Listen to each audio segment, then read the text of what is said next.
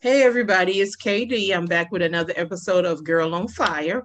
With me today, I have I think she was one of my first three or four guests. I think she was in that first round there. Kate Hershberger. I even got her name right the second time. Um, Great to have you back. Oh, it's great to be back. Thank you so much. Yeah, yeah. So maybe, since last time she was kind of kicking herself about not having any jokes, because I do believe we did a Dirty Dick's hot sauce. One Yeah, of the Dirty Dick's hot sauce. Yeah, I remember that. Yeah, I didn't okay, yeah, I do deliver. I'm remember that. sorry. Yeah, yeah. So we'll see what you have today. So we're gonna usually everybody, as you know by now, people who have been watching, I try to make sure me and the guests have the same hot sauce. Sometimes it works out, sometimes it doesn't. It's not a big deal, but it can be interesting when we do. Today we're gonna have different hot sauces because this was kind of a last minute, and with the mail being as shitty as it is, it probably wouldn't have gotten here on time anyway. So I cannot wait to the new administration for USPS to be back like it was. Anyway, Ooh. anyway, okay. So what I have today, it's called Brother Brubras. I hope I'm pronouncing it right. I don't know. But it's an African hot pepper sauce. It says it's salt free and gluten free, and it says it's very hot. It has apple cider vinegar, habanero, japones peppers. I have no idea what that is. Garlic, domestic and African spices, and then xanthan gum. Oh, that's always fun to say and everything. Okay, so whoever sent this to me, they accidentally sent. It was a package of three. I guess that's how it was bought.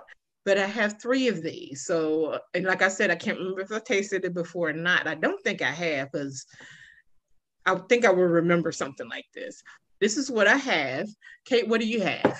Okay, I have this Tiffany's Topanga hot sauce. And it was actually funny. You and I had talked about doing this before, and life Mm-hmm. got in the way, so we had to like reschedule for another time. But right before we rescheduled everything, um, I was looking for a hot sauce to try, and Mm-hmm. my wife is subscribed to a monthly box from Inked Magazine, which is tattoos and stuff like that. And she normally gets just like art, like they feature a tattoo artist, and you get all kinds of stuff and Mm-hmm. like tattoo Swag. gear. Mm-hmm. Yeah, tattoo gear and aftercare stuff. And she said, "You're never going to believe this," because this was maybe a week before it was we were set to go the first time around. And Ah, okay. she said, she opens it up. She says, "You're never going to believe what they sent me." And I said, "What?" She said, "It's a hot sauce." So I was like, "I guess that's what I'm trying." So this one has water, fresh jalapeno peppers, tomatoes, lemon juice, white vinegar, habanero peppers, chili de arbol peppers, serrano peppers, garlic, Thai peppers, and sea salt. Um, and this says it's plant-based, farm fresh, all natural. So That's either going to be really good or really bad, yeah. because And it's a tomato based sauce, oh, and sometimes they are not all that good. But if they balance the ingredients really well, it can be oh very yeah. tasty. So I guess Yeah. you'll find out. We'll find out. I'm Okay, not a big excellent. hot sauce person, so I mean, you're Well, okay, in. you know when you taste something nasty. I mean, regardless of the Yeah. heat, Oh I mean, yeah. you'll know, like, oh my God, what is this flavor? Um, but since you brought up tattoos, is are you into tattoos, or is it just your wife? Do you have Oh no, tattoos? I do. I have tattoos. I don't know if you could see them in the last video. I actually just got done getting a cover up done on my Oh, arm. And I've got a sweatshirt on, so you can't see it right now. mm-hmm. But yeah, I just got done getting a cover up. I've got one, two, three, four, five, six right now. So half the time I forget I have them. Me too. I have about Yeah. 10. Yeah. Yeah, I keep saying I'm gonna get a new one. I Mm-hmm. was supposed to. my reward for finishing Big Girl Pill was supposed to be a tattoo. And I Oh. can't remember why I didn't get one. I don't even remember, but somehow I just kind of dropped the ball with that. But that was supposed to be my reward for finishing that book. But No. eventually, I want to get one last one, to kind of have I don't know where I'm gonna put it. I mean, because I Oh have yeah. my arms are already, I have three across my back here. I have one right there. I have one on each calf, Yeah. and I have an ankle one. Mm-hmm. So I think if I get one, it's probably going to be on my forearm. Yeah. And you have to, what is it? The rule is you have to have an odd number of tattoos, or that's what I've Yes, heard. So, me too. That's why I yeah. said I'm going to get the nice round number of 11. So, Right. so that way, yeah, definitely, definitely. Mhm. So, I had in mind um, a zodiac type thing. So I'm a Mhm. Sagittarius. Uh-huh. So I found, and I was like, oh, no, that's kind of passe. I mean, whatever. But I've I got one. found this really cool, what do you call those? Half man, what are they called? Half man, half horse. Oh, centaurs? Yes. Yeah. Yeah, I found one. I was like, oh, that's pretty cool. So I was Hmm. thinking about getting that on my forearm. Hmm. I think I still have it on my hard drive somewhere, but when I get around to it, Yeah. when it's safe, Right. whatever that's gonna be. I mean, Hmm. maybe I'll have it done. Yeah. So, but yeah, okay. What do you have tattoos of? Well, I've got a zodiac tattoo of sorts myself on my ankle. Mm-hmm, It's a lion's head because I'm a Leo, mm-hmm. obviously. But it's also when the London Olympics happened, they had the Paralympics, and the England's mascot was a lion, and it had this really cool design. And my mother's actually from England, so Oh, it was kind of a tribute to my British heritage and being a mm-hmm. Leo, and so I kind of Cool. combined it all in one. Okay, excellent. Okay, okay. Yeah, I got my first tattoo when I was, I want to say 22, Okay. 22. Hmm. Yeah. So and yeah, it was interesting. It took a long time because it hurt so bad. Oh. And the guy was nice enough to let me take breaks. Oh He was yeah. like, you look like you need to take a breather. He said, I need a cigarette. So we would Mhm. go outside, and I smoked at the time. So we would Oh. both go outside and, smoke a cigarette. And he'd be like, you ready? I was like, okay, yes, let's go back. So it took about, I want to say 3 hours to get it done, because Okay. it was probably every 15 minutes or so that we Oh. stopped to have, and sometimes we ended up being outside for 20, 30 minutes Oh chit-chatting yeah. and stuff like that. But it's not a big tattoo. Mm. Okay. this Yeah. is this is my very first tattoo. See, Okay. it's not huge, but it took No. 3 hours to have it done. Yeah. So, My but first one was I was 18 when I got, oh no, I was 19 when I got my first one. I wanted one at 18, but it took me like a year to plan out. And all it is the 007 logo, oh and my it's on my God. hip, and it's like this big. Um and it took like maybe half an hour. It didn't take long at all, but I can't believe it took me a year to plan that out. Why 007? Oh, I love James Bond, and I've always loved the series even when I was a kid. So Really? yeah, Me it too. I do it love I even like the new ones with Daniel Craig and everything. oh yeah, Yeah. he's great. And Yeah. I loved reading the books when I was a kid, and like the originals, and I've never read the books before. they're good. They're dated. I'll say that. Yeah, and that's why I didn't want to read them. I Yeah, mean, they're the movies themselves are so misogynistic. yeah. I was afraid if I read the books, I would probably throw them across the room. They So, can be. There's times I read stuff, I'm like, but you have to remember it was, really? yeah. I mean, there's just certain things, and it's very, like you said, misogynistic, Yeah. and but it's that time, and I hate making that excuse, but Yeah, but they still do it. They yeah. still do. It's okay. Daniel Craig's 007 is not as bad. Hmm. And like the new movie that's whenever that's gonna come. I think it's coming out. Wasn't it supposed to come out on Christmas or something? It was. I think they moved it to April again. Oh, sweet God. I know. Anyway, so I'm very intrigued by this one because it has the woman from Captain what's the name of that movie? Captain Marvel. The black lady from Captain Marvel. Oh, that's right. Yeah, because she's supposed to be an agent. And I was like, whoa, this could be interesting. Yeah. And so I'm hoping they don't do the same old trope, woman getting killed to push the white man's story further. I hope they don't do that. Yeah, because if you go back and actually do decide to read them in the Goldfinger, Pussy Galore is actually a lesbian.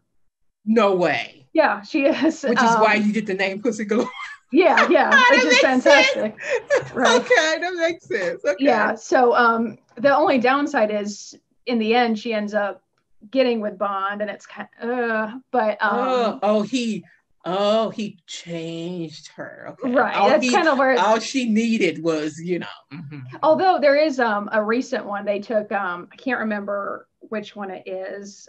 There was a release of one because the Ian Fleming Foundation still releases books. And they found some old Ian Fleming material, and the author they picked did a book, and I'll have to find it. I can't remember which one it is. I know it's on my bookshelf in the other room, but it comes back supposed to be after Goldfinger, and he's with Pussy back in England and stuff, and she ends up telling him like, oh, well, the difference between you and I is I can actually live with a woman, and she leaves him for a woman.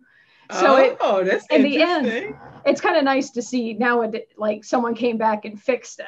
Yes. Oh my God. If somebody could do that with Game of Thrones and all those other things where it came to the end and we were just like, really? Yeah. Really? I mean, come on. Yeah. But anyway, we're kind of getting off subject, everybody. Yeah, sorry. But that's okay. It was an interesting conversation. So we're going to do our hot sauces, and then we're going to discuss Nano and her work in progress and whatever we have to get into. Oh, this is an interesting smell. It's a shaker bottle. It has a little thing on the front. Okay. Now it says it's very hot, but somebody else's very hot may not be mine. Right. This one's supposed to be about a medium heat. I don't know. Oops. I got sauce on my computer there. Oh, well. Okay, everybody, you see the little dollop I have there. Oh, what is that? A chicken nugget? Yeah, it's one of those plant-based chicken nuggets. Oh, Impossible Nuggets? It's Morningstar.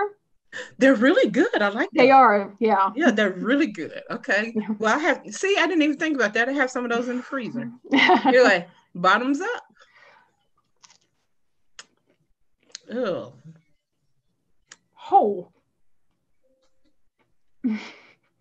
I do not like that. Oh. Oh, man. It's hot.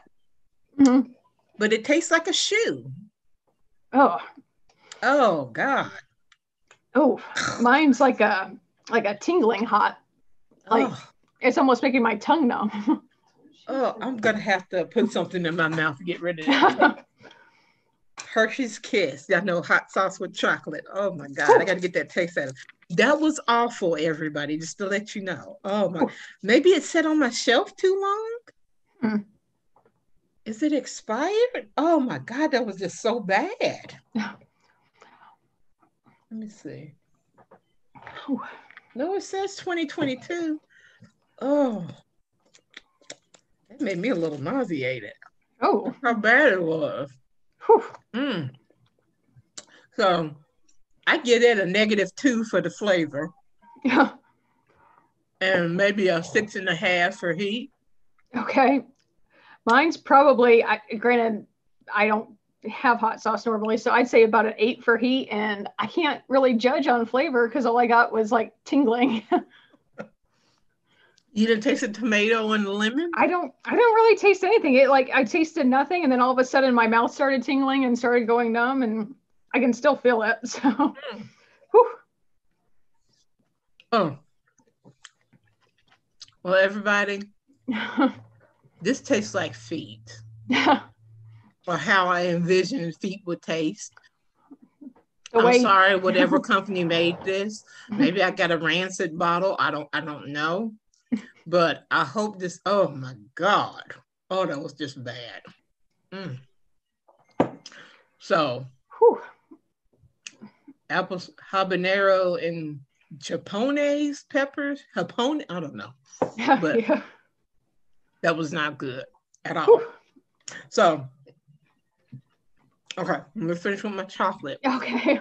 Oh, that's a better flavor. Mm-hmm. My God, that was just so bad. Whew. I don't think that's ever happened. I have a homemade Reaper sauce. Mm-hmm. My best friend got it from his friends in, was it Kentucky? Shit, I don't know. Wherever he lives at, wherever his mom and stuff lives at.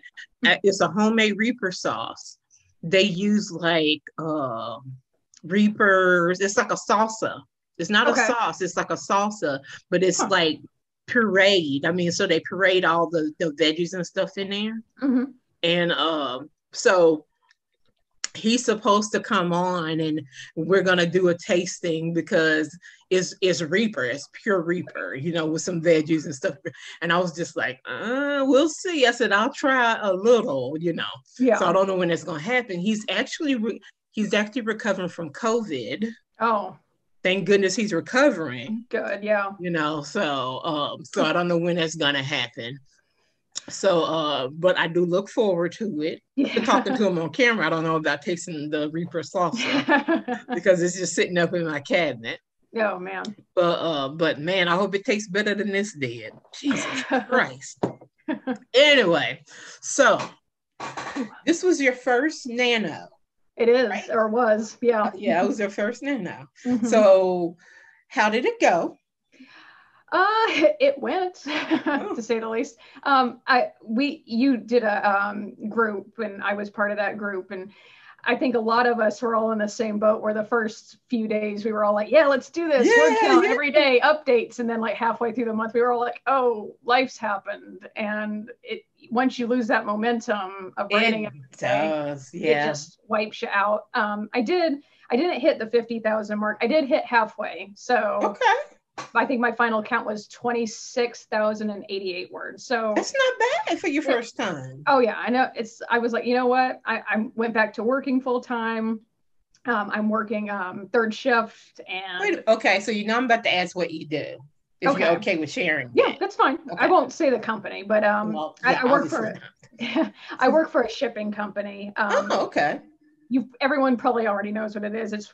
Everyone knows it. Everyone's probably used it at least once in their life, but but basically my entire job is sitting at a computer at night and fixing addresses. So when addresses, like they say, oh, the address is bad, I have to go in and figure out what's wrong and fix it. You are the person then. Oh. That's been happening to us a lot. Oh. Where, okay, I live on a street where there's 4 houses. There's 4 houses, and there's a street. I guess it's not really a highway, but it's a busy street or whatever.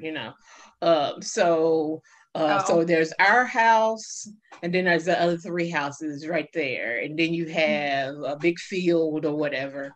Mm-hmm. But for some reason, it's been several times where our packages will be off one number. Yeah. And they'll go to the neighbor. Okay. Yes. And so I'm going to tell this story because it still pisses me off. So I hope it wasn't you guys who did it. I hope it wasn't you. So we called this shipping company. I'm not going to say who it is. We called this shipping company, and my wife had ordered a catio for the cats Mm-hmm. because, you know, they always try to escape and run outside to the backyard. And she was like, I'm going to get them a catio. So she ordered a catio. It came, it said it was delivered. Mm-hmm. And I was like, no, we have a Ring doorbell.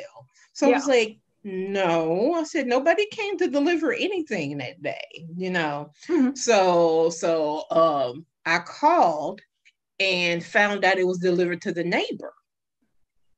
Okay. So I went to the neighbor. The neighbor had another package that was ours that was delivered to them. Mm-hmm. And the guy was like, oh yeah, we got a big package, but they took it back. I was like, okay. So I called the shipping company and they were like, you know, okay, we corrected the address, so, you know, we'll have it redelivered. So I was like, okay, cool. The next day came, no delivery. And then when I look back on the tracking, it said delivery exception, you know, right. Can't find the address. So needless to say, I called them again. And this time, the woman on the phone said they're not allowed to change addresses. And I was like, well, we were told that whoever, you know, and she goes like, there's no notes on this package. She said, I don't see any notes and we're not allowed to change the address. And I was like, what the fuck? My wife was like screaming in the background. I was like, oh. And so I'm just like, why are we getting a different story every time we call? So she's like, I need to speak to a supervisor. We need to speak to a supervisor. Yeah. And she did that thing where, you know, they put you on hold and pretend like they went to get somebody and then come back a minute later. Oh, they're busy. And she was just like, I'll hold. So, you know, eventually a supervisor got on the phone and she was talking about, yeah, there's plenty of notes here. They corrected the address. She says, I don't understand why it wasn't put on a truck to be delivered. And before that, I had asked the woman, I said, can we come pick it up? Oh, you're not allowed to come here. You're not allowed to come here. And I was like, why not? That's just a regulation right now. So when I talked to the manager, this woman that I had speaking to before just lied about everything. The address was changed. Yeah. There were plenty of notes on the package. And I was allowed to come get it. Yeah. It was the weirdest thing. And I was just like, what the hell? So there goes my story about shipping companies, you know, so but anyway, but okay, so you have like the perfect job then, huh? It's all right. It's the great thing about it is I kind of work alone, so I don't have That's why I said the perfect job. Yeah. I just pop earbuds in and listen to audiobooks all night and just do my address corrections and mind my business. So do you get a chance to write it all? Or are you allowed to do stuff like that? I've never tried it. Because you know some people monitor all that stuff. Right. So and I don't want to try it. If I get a break in my head or where I got to get something written down, I might take a break and jot it down real quick, but nothing. I would love a job like that. Don't get me wrong. I love working with the kids I work with, but sometimes with this whole telehealth and this teleconference thing, I really enjoy that. You know, I'm just like, I can sit here, you know, I don't have to drive 100 miles in a day, you know, and all that stuff just to spend 20 minutes and then leave and drive to somebody else's house. That would be the perfect job.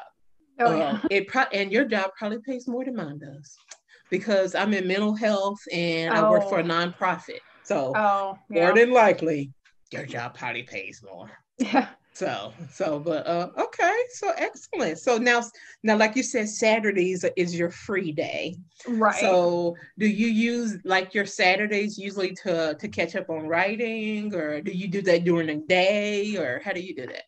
I try to do it during the day. The only reason I only have Saturdays right now is because it's considered peak season. So everyone's working 6 days a week. And normally I would have 2 days, but because Saturday's the one day off I have right now. That's the only reason why things got, like I said, life got in the way. Yes, yes, I know that feeling. Yes. So that's the only reason. But normally I'll try to write during the day if I feel like it. The thing with this current work in progress, and I know we discussed it before, is a Western. So there's a lot of research that goes into this one, and I don't like doing it. Really? I'm not a fan of research, and I don't know why.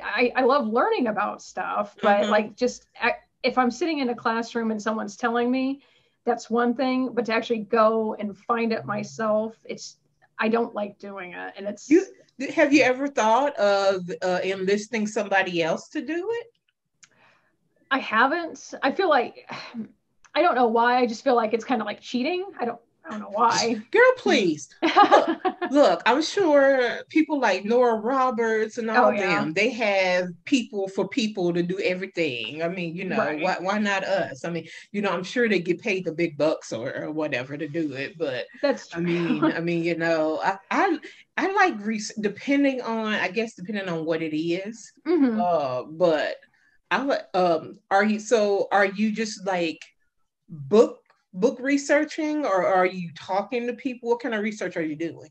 Well, it's kind of trying to figure out what kind of research. Right now it's been, I know this isn't the greatest form of research, but a lot of YouTube videos about times in the Old West, and that's helpful. It's not so much like just constant reading out of a book. So breaking it up a little, breaking up the monotony a little bit. Okay. Right. Okay. Another one is because and one of the characters in this work in progress is a woman who's living as a man to live freely, and there's a lot of gender identity type things, and I don't know if transgender is quite the right word for it, but I think so. It's like gender identity. I think you hit the nail on the head there. Right, and the character's also half Blackfoot Native American. So the Western side of things, like life in the Old West, if I make a mistake with something like that, that's not a big deal. But things like the gender identity and Blackfoot, I can't mess that up. So I want to make sure that research is thorough and it's respectful and also accurate. So there's a lot of that. And it's not that I don't mind learning about it or those things. It's just making sure I don't mess it up. I get it. Yeah. So have you thought about using a sensitivity reader? I haven't, but it's definitely an idea. I encourage it. Okay. In fact, you can. I mean, most of us don't make the big bucks, so we don't really have a lot of money to pay somebody. So I would encourage you to put the call out on Twitter. Okay. You're friends with a lot of the same people I am. Right. And Ray Magden really helped me a lot with finding a sensitivity reader for the book I'm presently working on.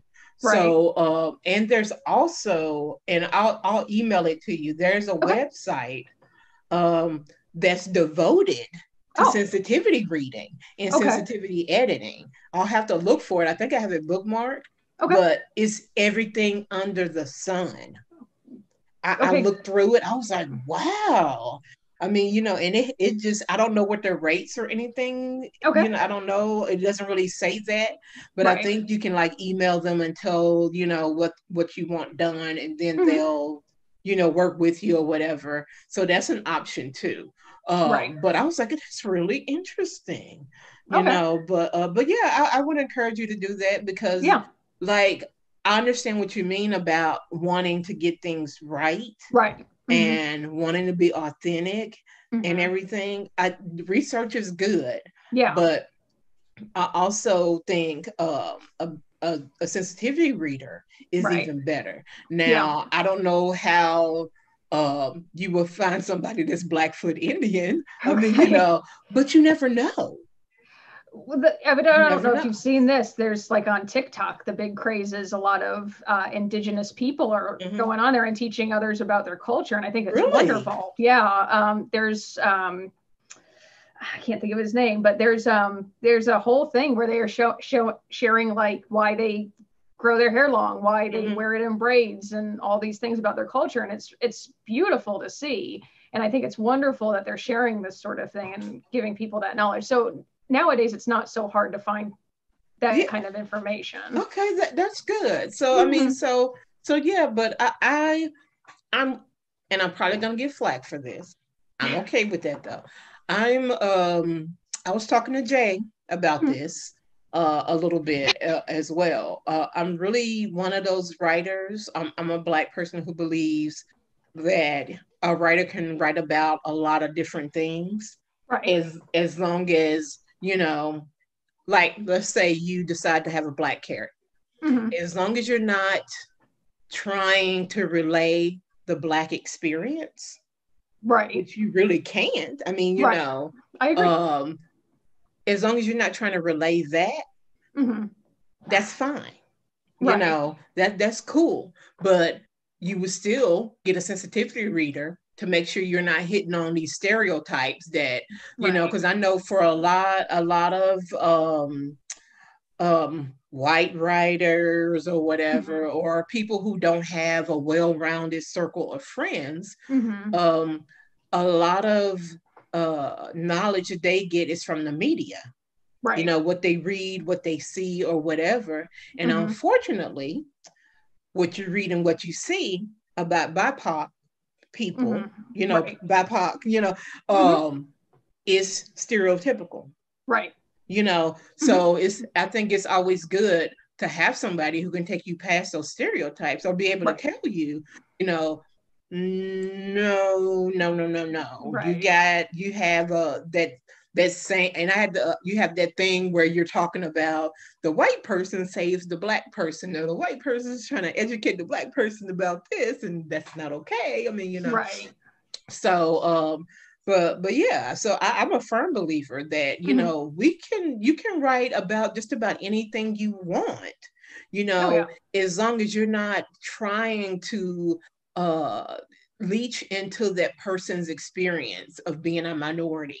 And you know, because how can you identify with that? I mean, you know, that would be a very much a work of fiction, because you know, but yeah, I firmly believe that. And I know right now the movement is, you know, Black people can only write about Black people, Asians can only write about I mean, you know, I get it. I get it. I understand.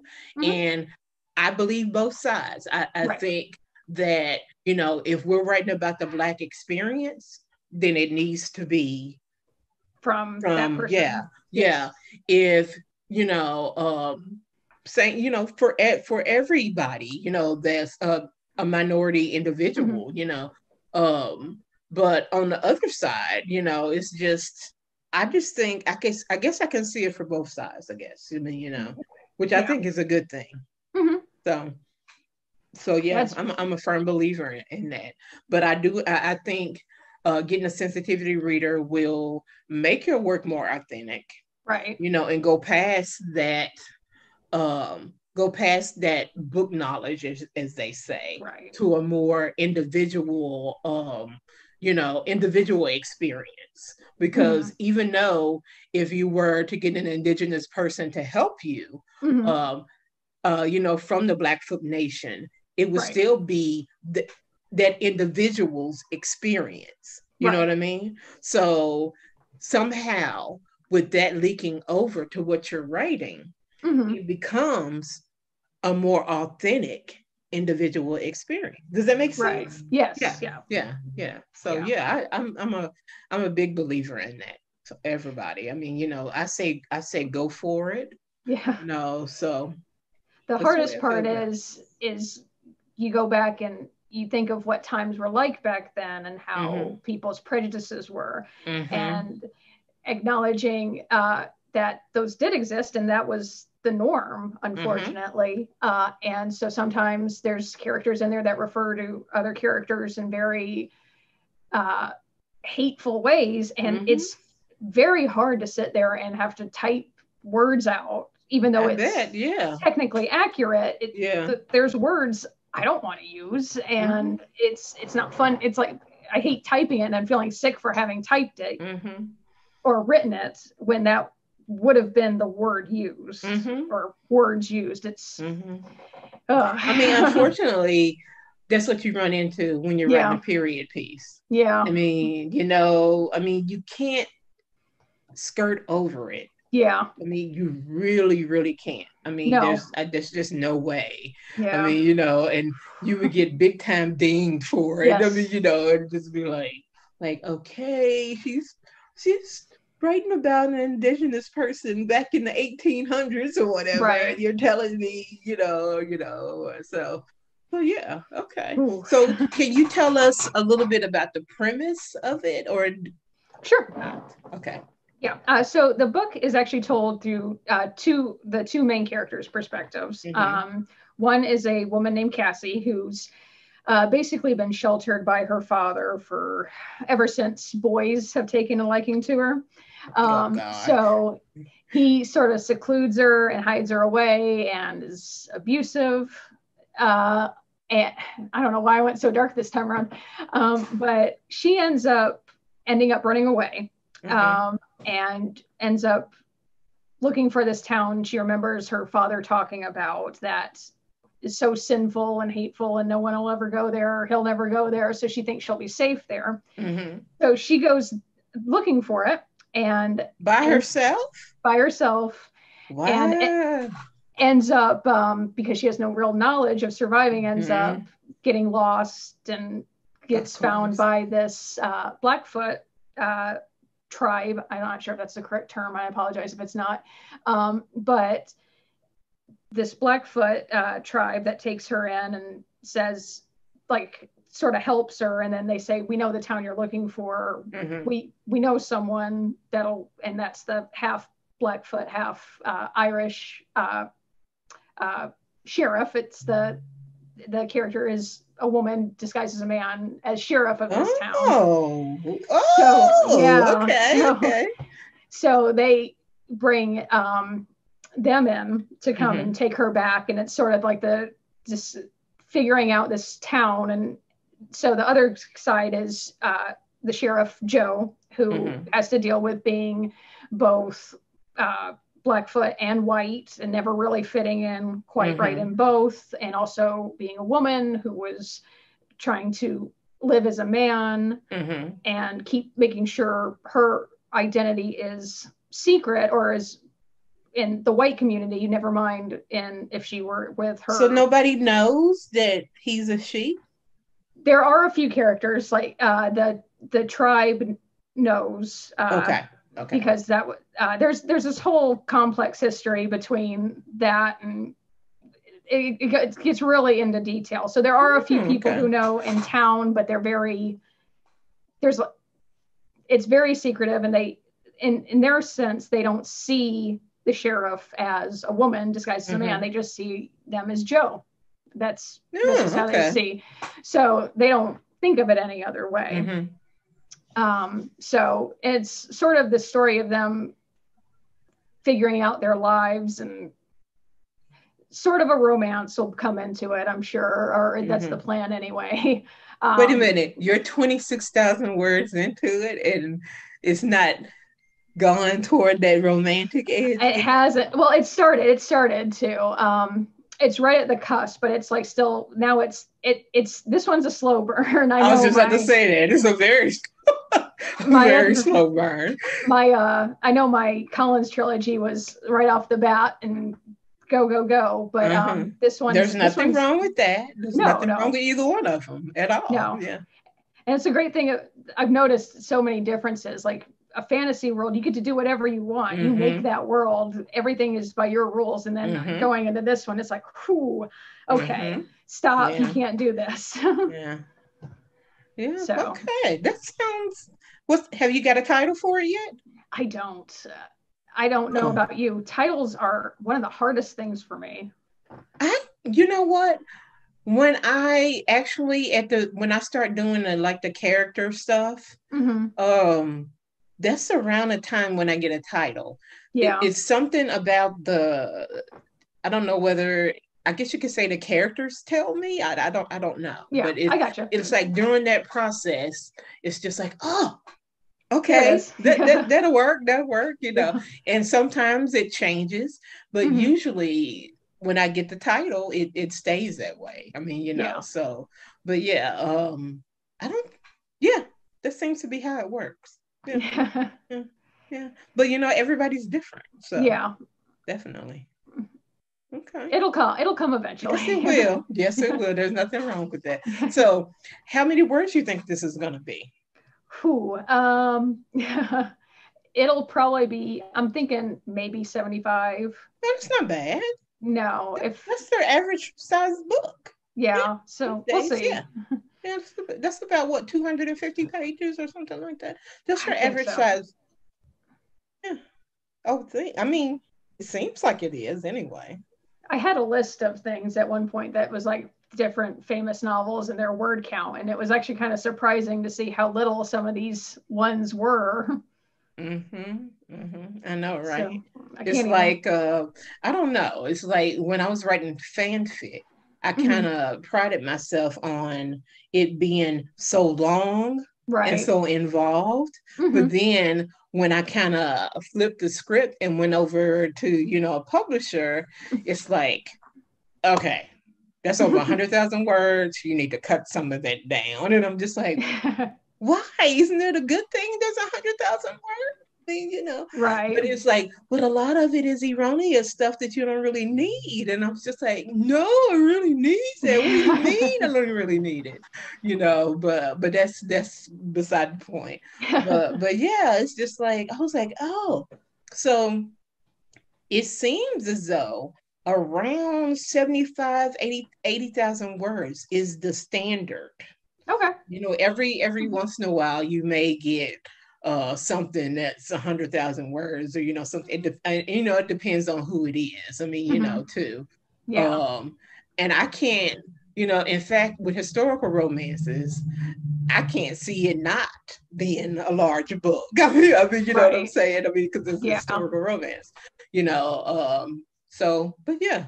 So, are you going to have the same person for your book cover and stuff? You think?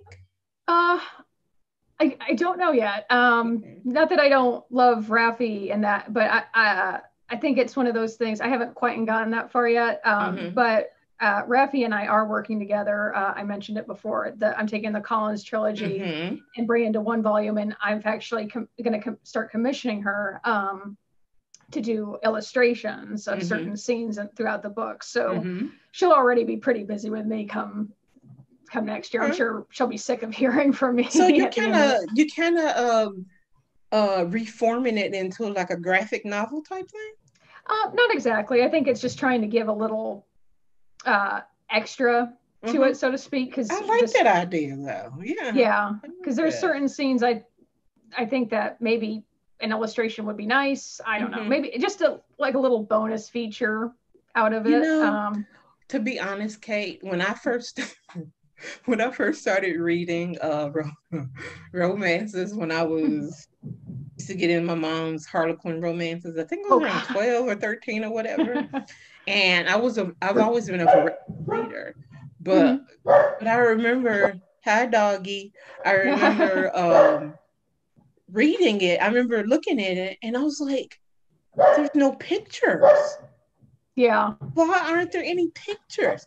I don't see anything wrong with having a few pictures in those kind of books. I mean, Oh yeah, so and I yeah. think with it being like an urban fantasy and having Mm-hmm. werewolves and stuff, sometimes that element of being able to Mm-hmm. see some of that stuff, Yes, exactly. I agree. Yeah. because I love reading those supernatural stories, and half the time I just want to look at the cover all day. So Mm-hmm. I think sometimes seeing the maybe a transformation or Mm-hmm. something would just be add a little element to it. Yeah. Very true. Yeah. So when do you think you're going to be done with this newest book?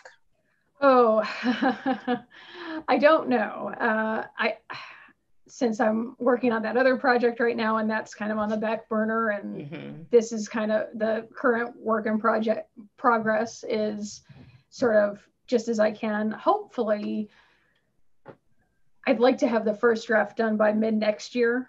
Okay. We'll see. Okay. Okay. Typically, if you don't have anything else on the grill, how Right. long does it typically take you to finish a book?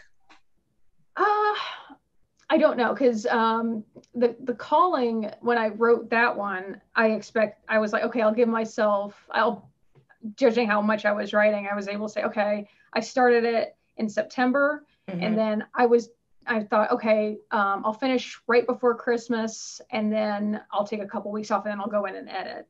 And then I was done beginning of December. So that's 3 months, but I had actually not bad. That's yeah. It's not, but I had actually written a book even before that, that I had started in high school. Excuse me. I started to write that in high school, went on the back burner, brought it back, went on the back burner, brought it back. So, and then finally self-published it like 7 years after I initially started Didn't you tell me about that? I think you told me about that. I don't know if I seen it. Maybe it was off camera though. It could have been. Because I remember us talking about that. Yeah. Yeah. Yeah. But that one is not a lesfic, so that's probably why, I don't really bring it up a lot, but I should. It's still my work. You should. Yeah. Yeah. But a book is a book, if you ask me. I mean, I don't bring up my first book. It actually won a Goldie. I don't see how, because it's not exactly my best work, but I guess it was good for that. I mean, it was like, I think it was 2008 or whatever. Right. But my God, I can't even bring myself to read it today. I think I started to read it a few months back, and I was like, oh, Jesus, I wrote this? Because, we're talking about 12, 10, 12 years ago. I mean, it's like, the more books you write, the more you grow as a writer. Right. And sometimes you change as a writer. So definitely. So I'm just like, oh my God. I mean, oh, good. But anyway, okay. So look, here's the deal. Okay. When you finish that book, or whichever comes first, if you finish with the Collins trilogy, putting that in one book first, or you finish with this book first, whatever, you have to come back. Okay. We'll set it up hopefully to where, we'll get the same sauce, and, we'll do it from there. So yeah, definitely. Great. So do you have at the end of the episode, I usually like for the guests to tell a little amusing or interesting story. Do you have anything to tell us? Oh, have plenty of time to think. Okay. Damn. I feel like I've shared so much already today.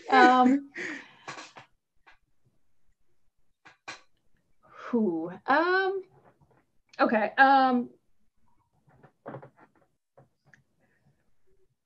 Okay, I'll give you guys a little clip as to what happened once when I was talking with my dad about something. So okay. So we'll see how this goes. When I was probably about 18, my dad comes downstairs and he says, Kate, I need you to go take the Jeep in to get the tires rotated. And I was just being stupid and being a smart ass and like, hey, Dad, don't they rotate every time I drive the car? And he looks at me and he goes, no, smart ass, they revolve. Now go do what I tell you. Which I don't know. I remember him telling me that and thinking, why on earth did I bring that up to an engineer? That's cute. I like that. Don't they rotate every time you drive a car? To be fair, I did see it on the television show and thought that was funny. So I was like, well, next time he asks me, I'm going to ask him that. And my dad's a chemical engineer. So he's like, no, smart ass. And he was like, go do what I told you. That's just cute. Kicked it right back. Well, parents have a tendency to do stuff like that. Oh, they do. They do. Oh my God. I wasted some of that nasty hot sauce on my computer. I gotta eat a hole in it. Ugh. Sorry, everybody. But okay, so great to have you back. Oh, it's great to be back. I look forward to seeing you again Whew. and talking about your Western. So, because this sounds very interesting. I usually don't do historical romance, but this sounds interesting. It sounds like something that would be a movie. Oh, if only. That's what, and you know what? As you were talking, there Mhm. was this movie. My mom used to love this movie. It's called Desperado. You ever heard of it? I have. I don't know if I've ever seen it though. It and this can it's the stories. There's some similarities to your story, Hmm. just slightly. I mean, because it's a Western and Western Right. has themes. I mean, Right. whatever. But but yeah, it's my mom used to love that movie. And I Hmm. remember seeing it and I was just like, but she loved that movie. It had I can't remember the guy's name. And I remember that Eagle song was Yeah. playing Desperado. Yeah, Yeah. yeah, I remember that.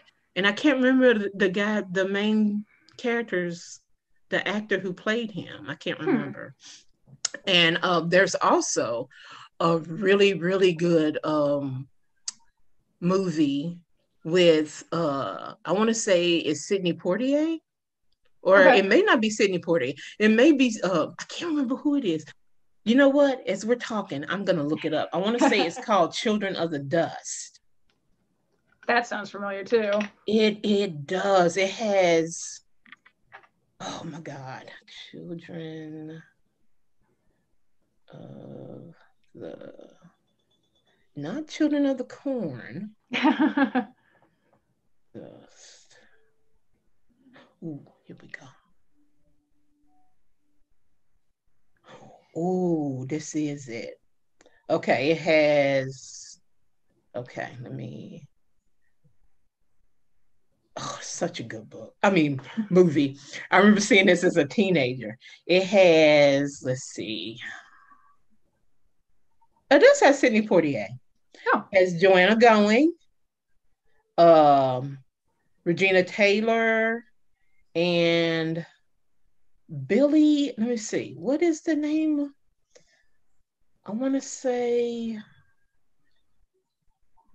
Anyway, it's a really good movie. It's kind of a tragic movie. Hmm. It really sucks you in. It's just like Children of the Dust. Everybody. It's probably very hard to find because it came out in the '90s. I don't think you can find it anywhere. But it's like a 3 hour movie. My God. It's a really good movie. Hmm. And it made an impression on me. I Okay. mean, because I remember it way back, from the '90s. And it was one of those movies that just kind of sit with me because it dealt with racism, um, for the black guy who's an ex-slave. There was indigenous people. It dealt with racism from that point of view as well. Hmm. It dealt with misogyny. Right. I didn't know that back then, Right. but now that I think about it, I Yeah. remember those are the issues that were more prevalent in it. But it was an excellent movie, excellent, excellent movie. So if anybody can find it somewhere, do slip into my DMs and tell me where I can watch it. But yeah, Desperado, Children of the Dust. If you like that kind of thing, and I don't even think my mom ever saw Children of the Dust, but she loved Desperado. She loved the Rifleman, John Wayne movies, and all Oh. that kind of stuff. I was just like, ew. Like, what are you watching? Bonanza, for God's sake. Yeah, she used to love that stuff. Yeah, I she used love to love that stuff. everyone loves John Wayne as the macho Western guy. He was born in California. Like, I know, right? Right. But she loved John Wayne movies. Um, she liked Cary Grant too. Yeah, we used to watch a few Cary Grant Doris Day movies. So yeah, she was eclectic and kind of what she liked. But I remember she loved those westerns, Bonanza. I still hear the music in my head. I still hear it. But anyway, y'all, I'm getting off subject again. So let's close this show, and I will see you guys next time. My next guest, I do believe, is it's either Lola Keeley I have coming up, and I also have, my God, who else do I have coming up? I don't know. I have quite a few people coming up. So yeah, I have a handful of good guests coming up. So it should be fun. See everybody next time. Say bye, Kate. Bye.